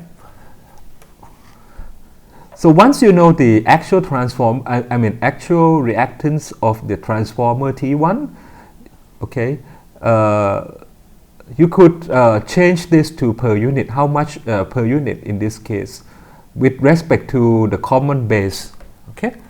Now you can see from here, from the calculation over here, the base. Since we put the reactance over here in the zone 1, okay, in the zone 1, so the Z base of the zone 1 is this guy here, okay. Now you can see that the Z base, which is 240 square divided by 30,000, okay, but the actual reactance X is this guy, okay, 0.1 times 240 square divided by 30,000. If we want to change this to per unit, okay, the per unit quantity of the XT1 is this guy here, 0.1 times 240 square divided by 30,000, and you divide this by the common base, 240 square by 30,000, which is the common base of the zone 1, right? So you see that these two just cancel. Okay, remaining part is just 0.1. So you can put this just 0.1. Okay, J 0.1 in this case. All right. Is it okay? Now let's do the same thing with X line. Okay, X line, but the X line usually it is given in terms of actual reactance in 2 ohms. Okay, 2 ohms is given, but the 2 ohms here it's in zone 2. Zone 2 you have the base of 480 square divided by 30,000. So the X line in per unit, okay, is X line, I write it here, X line in per unit, it is 2 ohms divided by 480 square divided by 30,000. Okay, 480, this is 480 square divided by 30,000. Okay, so in this case the number here it is 0.2604, and this is J 0.2604. all right, this is the X line in per unit. This is in PU, of course. Everything here it's in PU, so I don't need to write PU. Okay, you know that all the figures are in PU. All numbers are in PU, per unit. Okay. Now we say XT2. XT2, first you need to find XT2 in actual value. Okay, and I just divide this by the base, which is the base is of this side. Okay, the base, since the reactance is in zone 2, I have to divide this by the corresponding base. Okay, So let's compute xt2 in actual quantity. So this is what 10% of the base. So I will just increase my speed. All right. This is 10% of the base. The base here, which is the 460 square divided by 20 kVA. All right. This is the xt2. Okay. And if you want to change this to per unit, all right, you have to divide this by this guy, right? You put this and you divide this by 480 square divided by 30,000. So I will write this in this term, okay? And this is 0.1 times 460. This would become 460 divided by 480, right? Square times this is 30 kVA, so this would become 30 kVA divided by 20 kVA. Okay. Let me delete something on the board so you get, I think, yeah, this is 20 kVA. So this is 0.1. I'll divide this by this guy here. So I will get 460 divided by 480. The both just cancel in this case, and this would become 30 kVA. Okay, it's reversed to the top and divided by 20. All right. So this is the xt2. Okay. So the xt2 here, if you get your calculator, and you would get 0.1378. Okay. This would become j.1378. Okay. J1378. All right. And last one, you convert the load impedance in this case. Okay.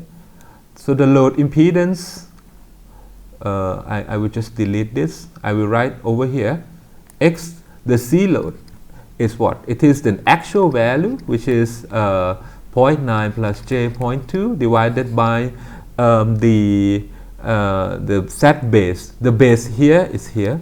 The base of zone C is 120 square divided by 30,000, right?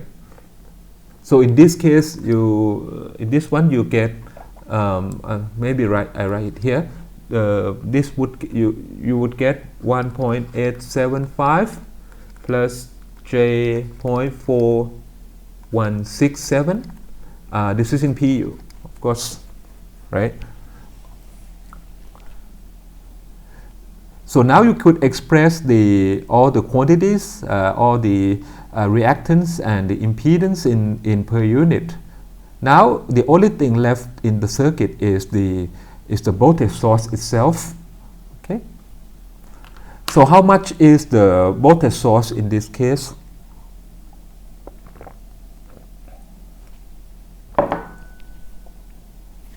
You can see from here. Okay. The voltage in this case is 220 volts, and the angle of 0 in this case. Okay. And the problem says that the voltage base is chosen at zone 1 to 240 volts. So the voltage 240 is is how much percent with respect to 240, right? So this is the per unit of the voltage source in this case. So it is 220 divided by 240, okay, and angle of 0. Okay, so you can get this to 220 divided by 240. This is 0.9167, angle of 0. This is in per unit. All right. So knowing all these quantities, so this is the what we call per unit circuit. So the per unit circuit is this guy here. Okay, this is the per unit circuit.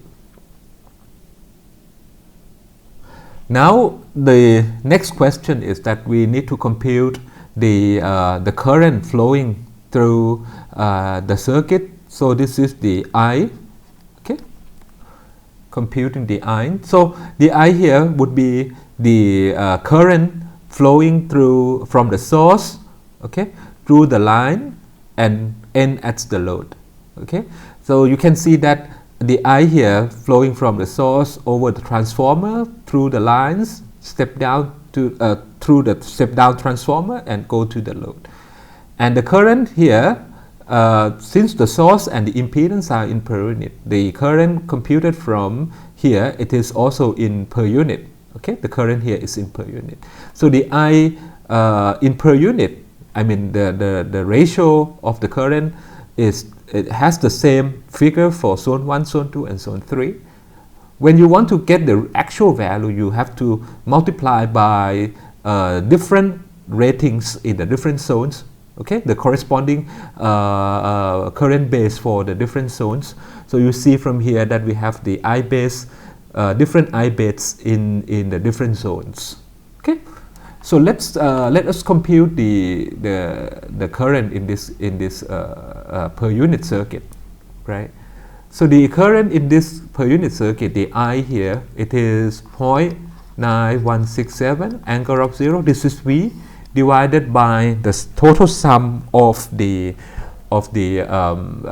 impedances. In this case, this is J 0.1 plus what 0.2604 plus 0.1378 plus, this is the imaginary part. The imaginary part of the Z load is 0.4167. This is the imaginary part, and the real part of this is 1.875. Okay, this is the current calculation. Okay, this is the current. Okay, you should be able to solve this equation. I mean, using your calculator, and you have to do it fast. All right. In the exam, I will not give you plenty of time, of course. Right. You have to do it quick. In this case, okay. You get 0.4394, an angle of negative 26 degrees. You have to check this yourself. Okay, you have to redo everything. The way you learn this this course is that you don't need to do so many examples, right? You just redo the examples. You make sure that you understand the concept behind. Okay. In this case, you get the I, okay, the current, and if we want to, you say that this I 0.4394 per unit, okay, will flow in all the zones. We will flow through the lines and from the source. Okay, but if I want to find just the I that flowing through the load, okay, I through the load, how much it is in amp, for example, in actual quantity. Okay. I need to multiply this per unit quantity by the corresponding base, right, in that zone. So you see that the load is in zone 3 and the base is 1/4, right? It is a quarter. 30 divided by 120. This is a quarter, 0.25, right? So in this case, 0.25, that is a kilo amps, or that is 250 amp, right? This is 250 amp. So the load, okay, load current is 0.4394 multiplied by 250. This is the percentage, right, of the base. This is 43.94% of the base, which is 250. In multiplication of this, you don't change the phase angle. Okay, if you happen to do the per unit calculation and you change the phase angle at any position at any points in your calculation, that means that you made the mistakes already. Okay, this is minus 26 degree, and this is in amps. All right, that would be 100 and 9.85 and angle of negative 26 degree as well. Okay. And if you want to find the current at the source, okay, if I ask you another, an additional problem, additional question, what's the total current flowing from the source? That would be the same idea. You see, it is the 43.94% higher than the base. So you just multiply this per unit by the corresponding base. So at the source, you get this I in per unit times the corresponding base. So this is 43.94%. Okay, I say this in percent. And what about the I base at the source? This is the 1/8, right? Kiloamps. 1/8 is 125 amps. Sorry, this is 1/8, right? 125 amps. So you just multiply this by 125. Okay, and angle will be the same, 26 degree.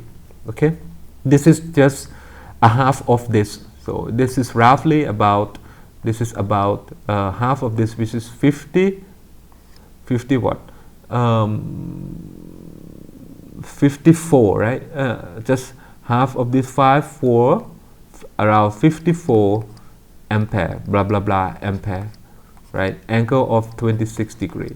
Okay, so I think this is enough for this example. I think we have answered all the questions in this problem already. All right. So I hope that you have to go through this if you don't understand at the first place. All right. If you still have any questions, okay, any comments, so you can contact me. All right. Thank you, and see you in the next clip.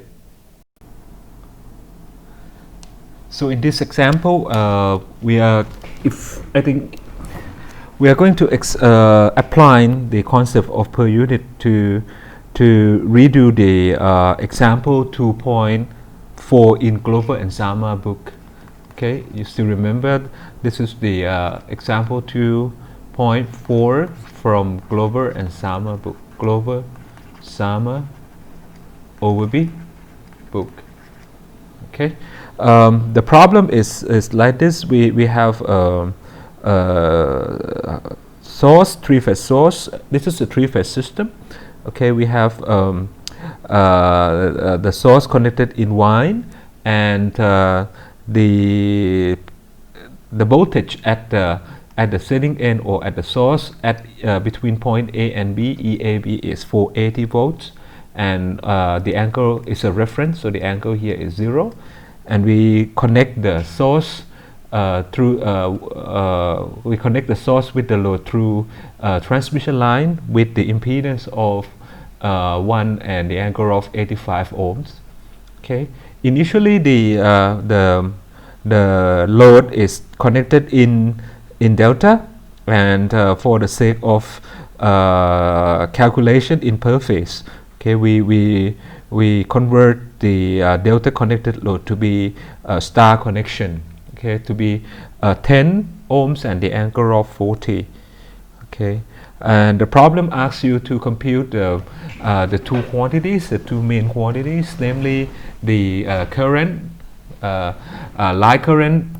In this case, this is a current flowing from the sending to the receiving end, or from the source to the load. In this case, I write it here as the current flowing from small a to the capital A, flowing from this end to the other end.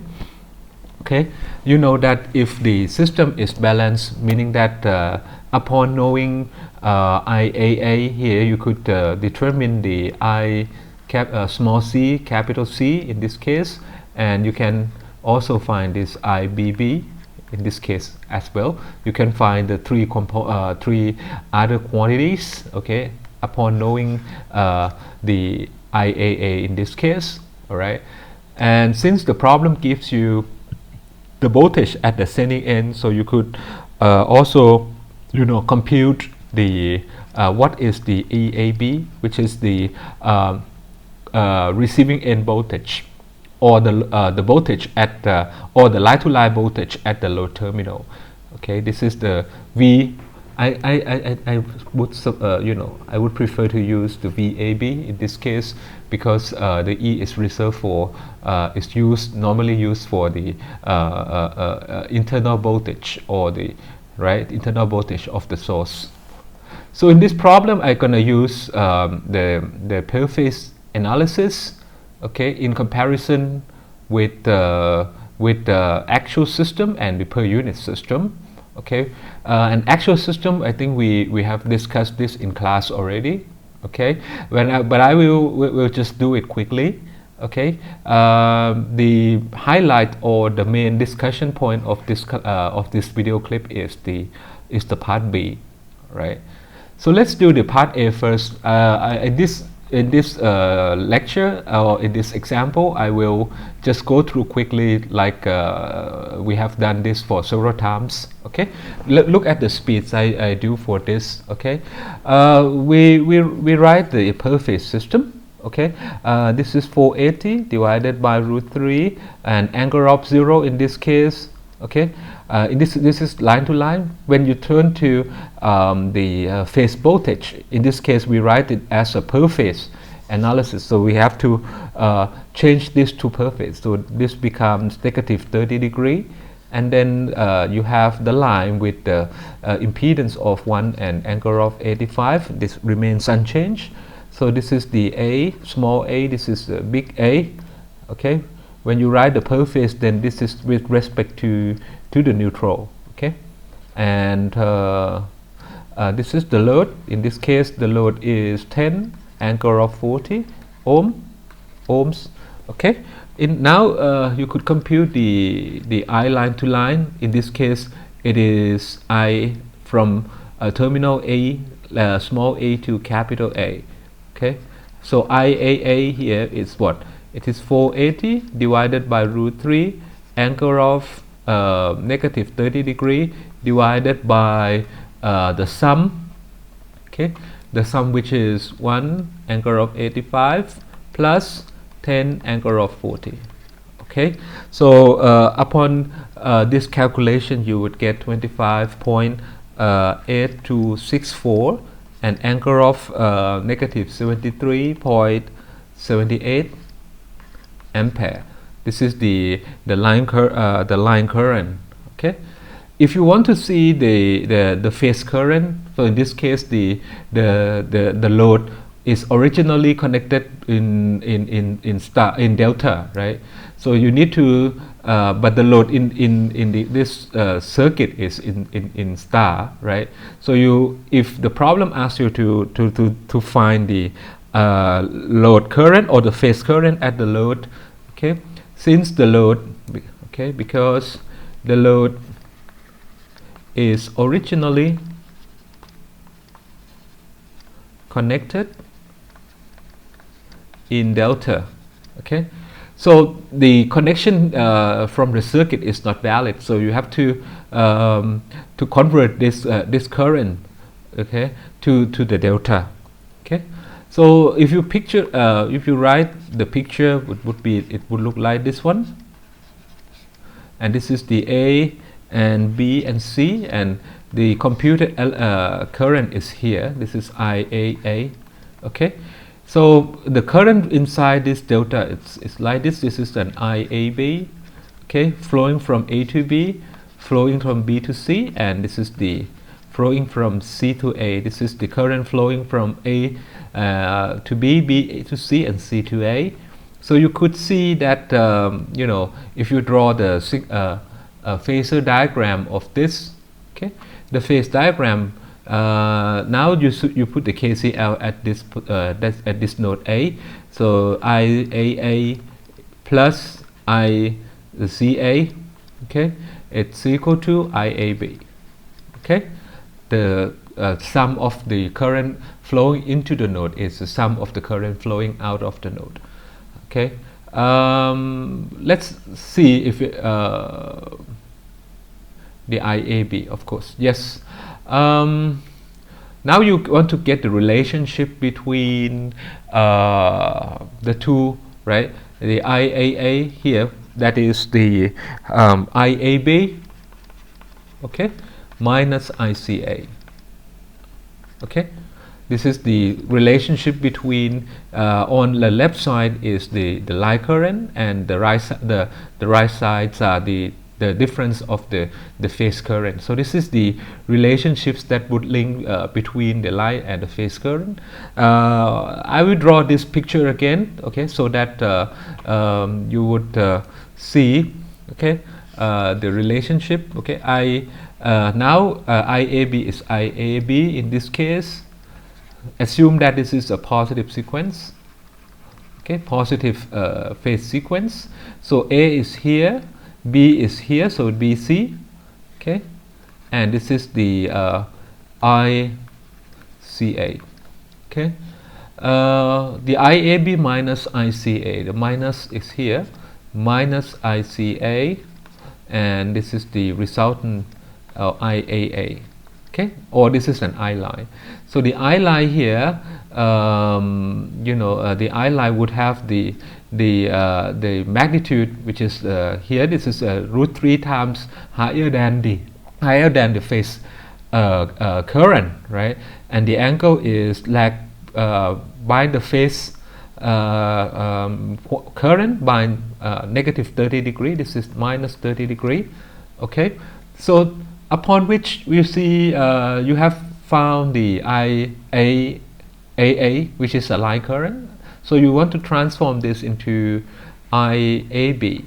Okay, so the IAB here is in terms of the magnitude is 3 times less, square root 3 times less, and the angle here, the line current lags the phase current IAB by negative 30 degree.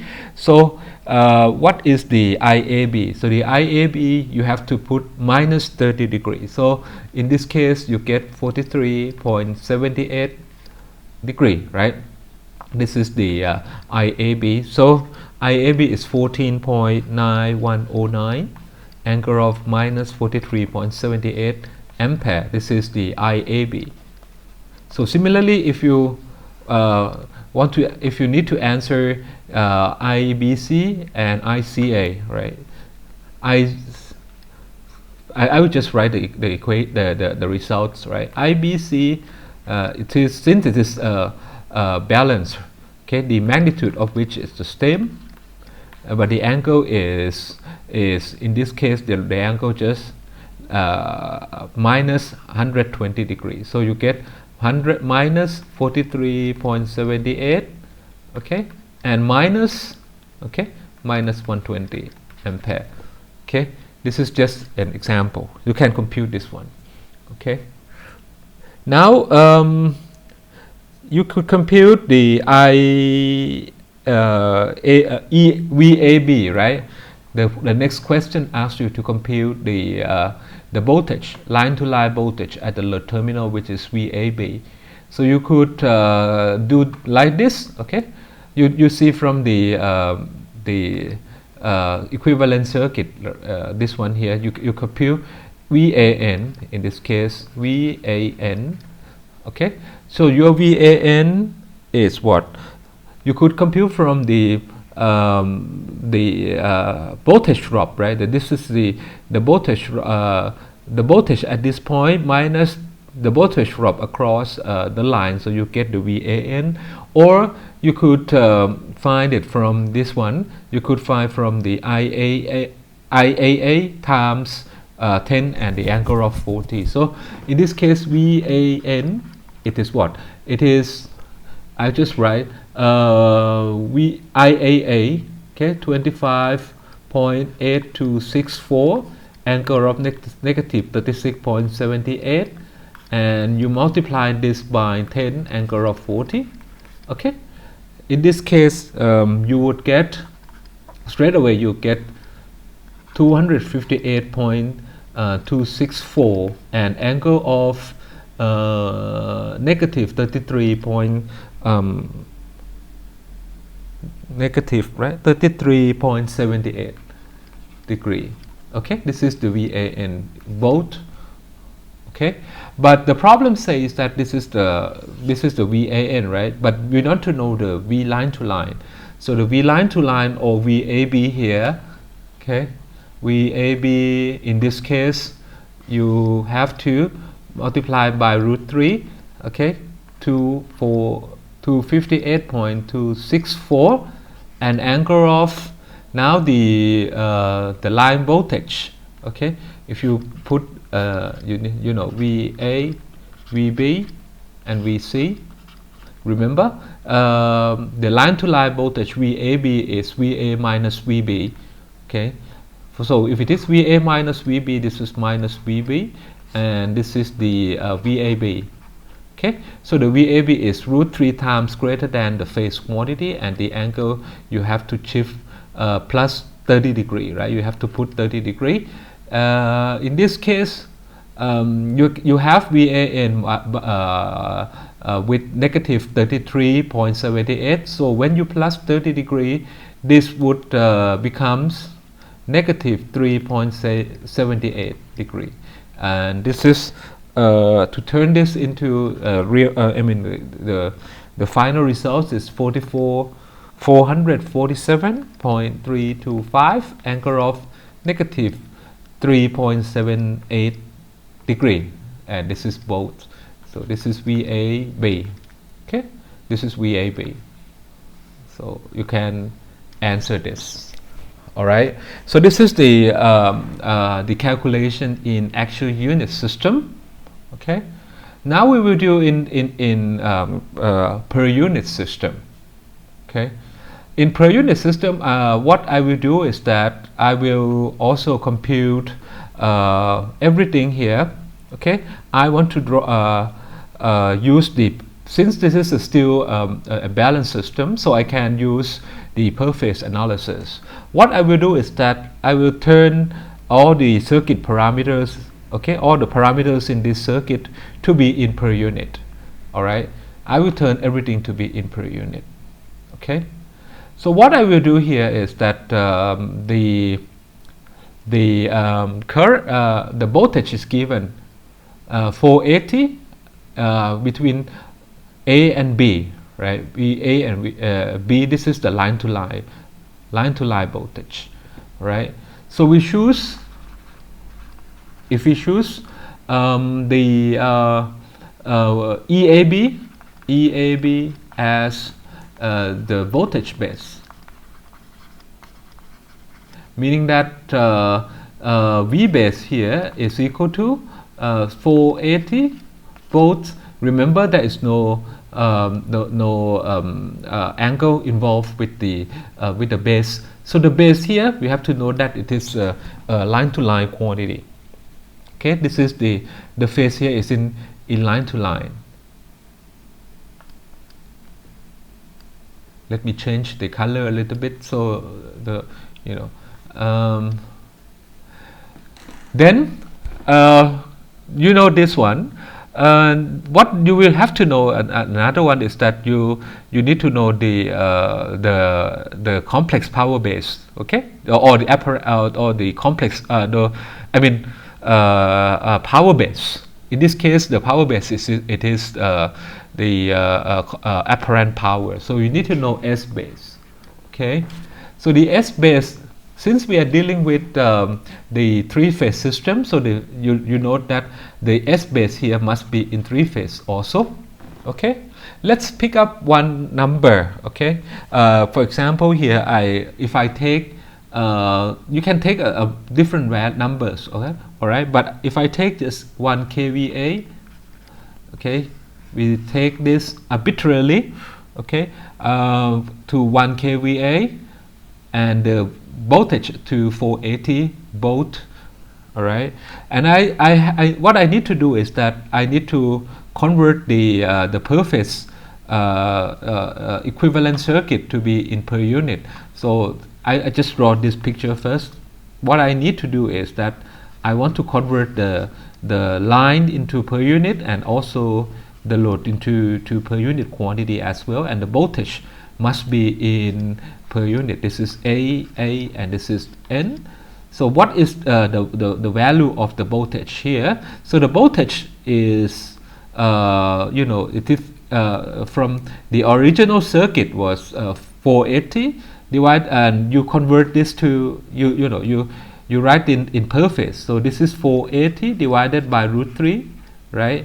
And angle of that of this was negative 30 degree. This is the from our last calculation, right? This is in volts, and you need to divide this by the corresponding base, right, in order to get the figure in per unit.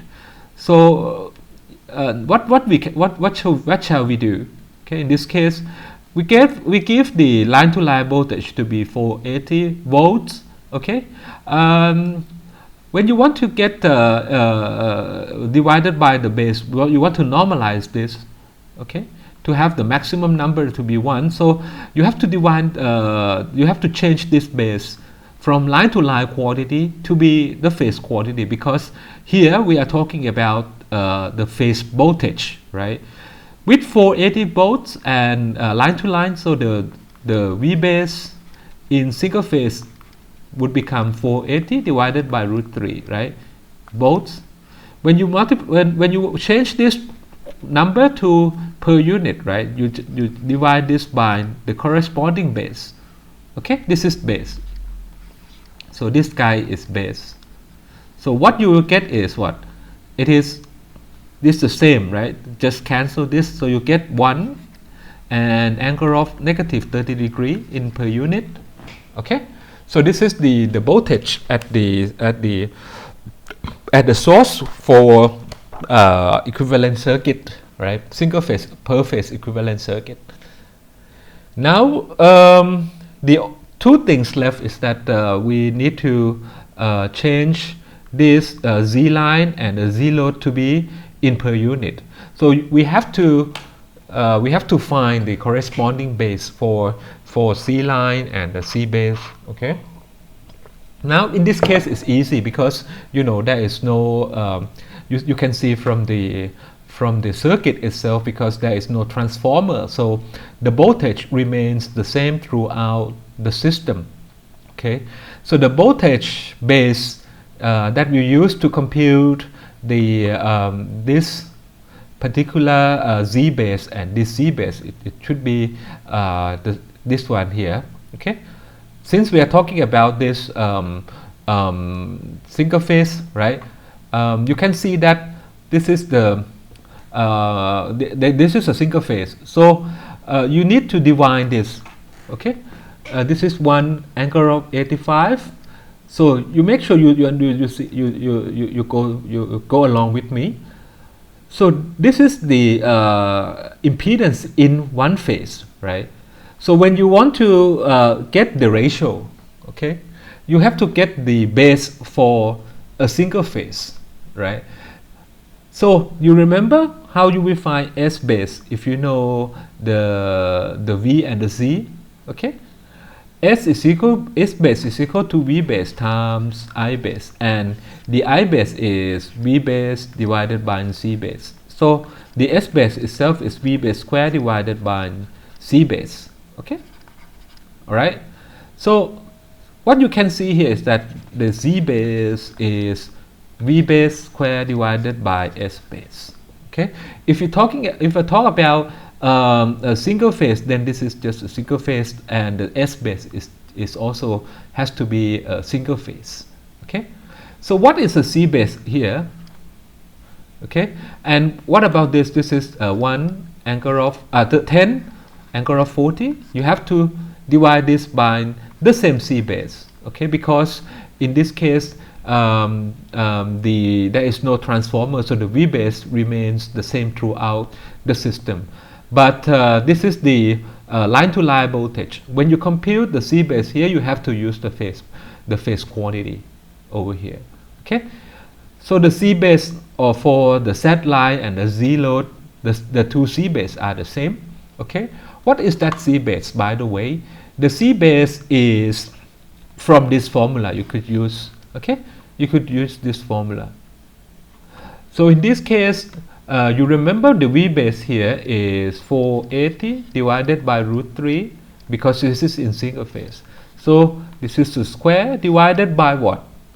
Divided by the S base. What is an S base here? S base, what you see is that the S base is 1 kVA in 3 phase. What does it mean by this? Three phase balanced, right? Three balanced phase system, 3 phase balance system, right? It means that we have equal power for each phase. All right. If you give this, S base of 3 phase to be 1, then the S base for single phase is 1/3. Okay. The S base for single phase, it is just 1/3 kVA. Okay. If it is 1/3, then okay, the S base that you have to put here is 1/3. All right, 1/3. But this is in volt.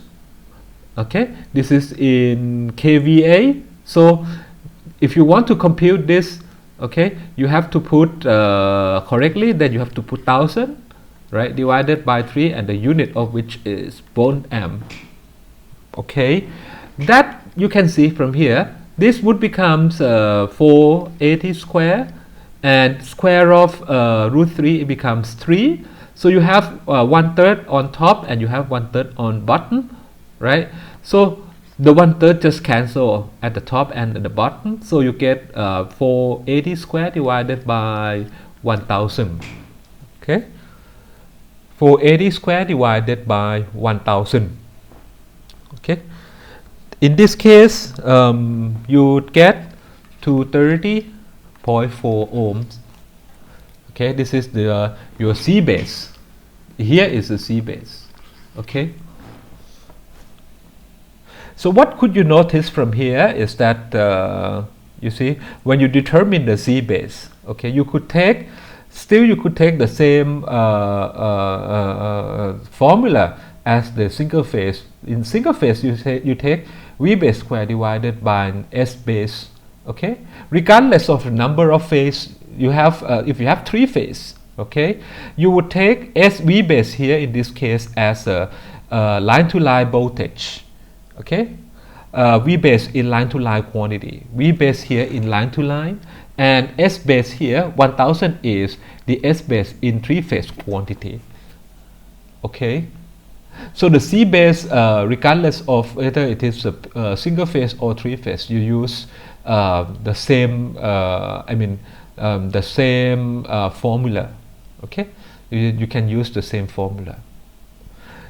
Here you have this 230.4, right? So in order to change this into per unit, you just remove this CB and you plug this in to 30.4 ohms. Okay, divide this to 30.4 ohms. Okay, and you get everything in per unit. So you check the number. Okay, that is 0.0434 and angle of 40 pu, and this guy is very small, but you make sure that you get the right decimal. 4.34 10 to negative 3, and angle of, you never change the angle, 85, and this is in per unit. Okay, and this is the per unit circuit, right? So in this case you could find the IAA. So the IAA here is in per unit, right? So I small a capital A, it is 1, the V, right, divided by the V is here 1 pu, angle of negative 30, divided by the sum of the impedances plus, okay, and you plus by 0.0434, angle of 40 degree. Okay, you plus these two, right? So here, after the calculation, you would get, this is, since this is very small number, okay, 1 divided by very small number, then you would get a very high number. You get 21.473 and angle of negative 73.78 degree, and the unit of which, since this is PU, everything is in PU, right?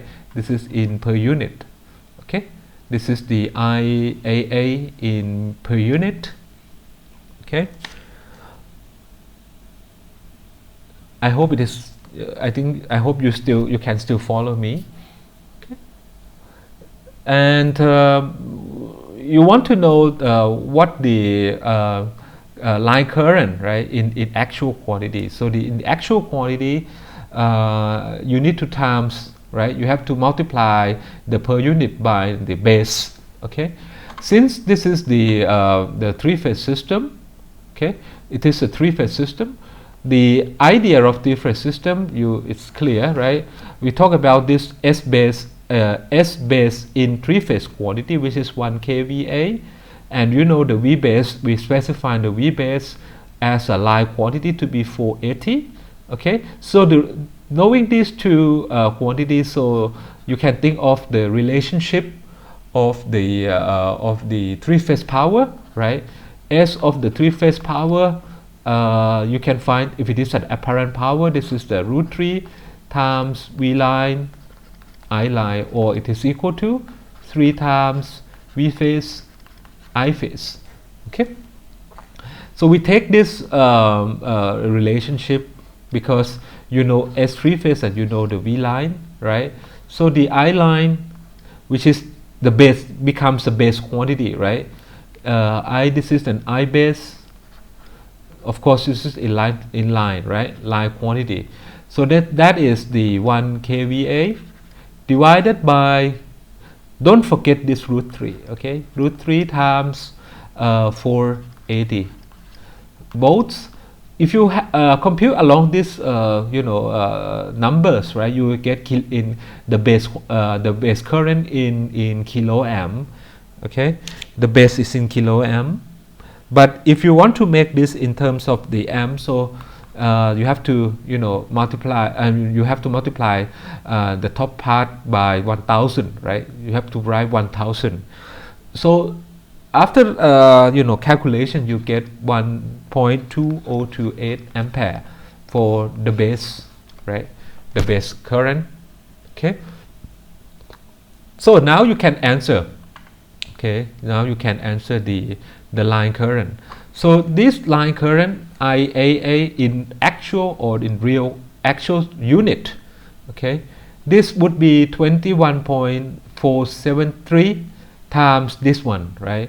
21.473, you times this by 1.2028 and angle of 73.78.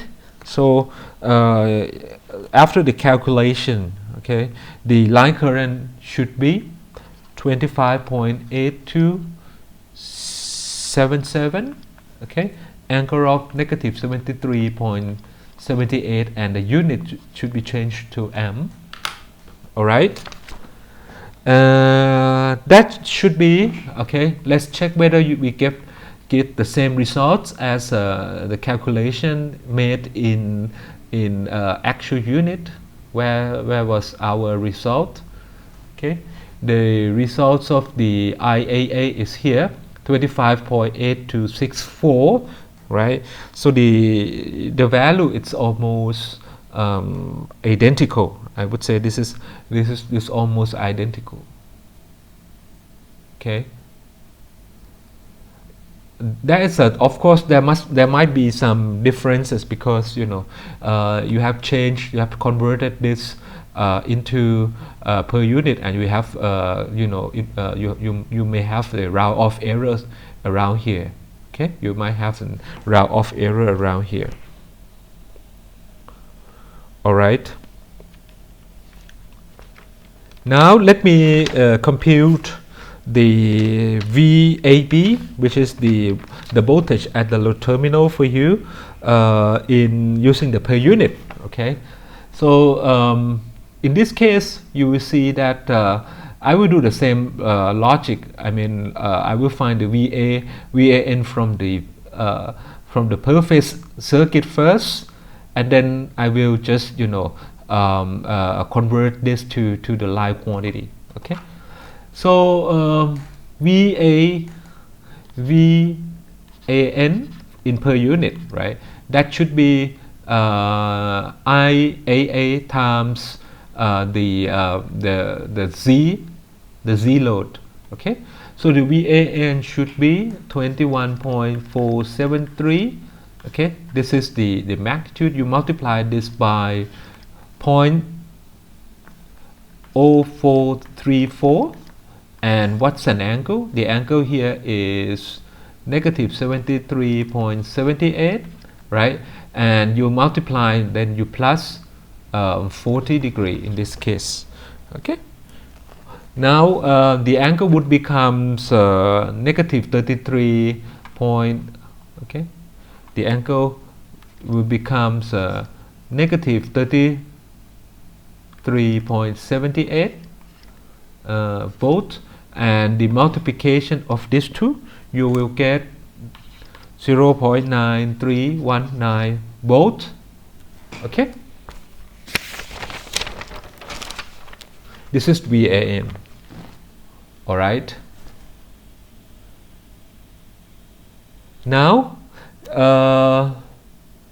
you want to change this to the actual quantity, right? We want to change this to actual quantity. So you remember VAN here, sorry, this is not volt, this is in per unit.